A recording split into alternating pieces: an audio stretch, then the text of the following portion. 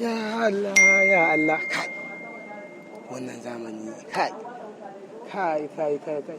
To yanzu.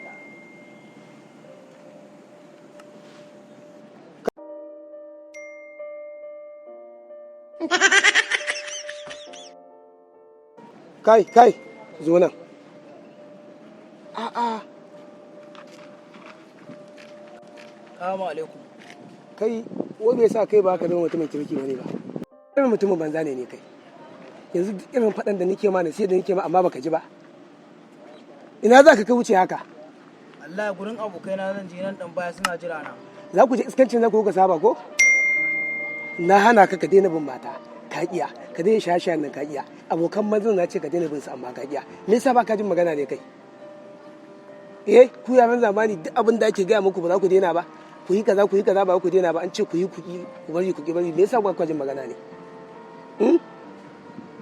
To idan kana so mu zama lafiya da kai ka daina iskancin da kake. Kana ji na ko? Kai ina magana kai da iskan mutum ne ina ma magana kai banza ne. A'a in Allah da za a kiyaye baba insha mu Allah.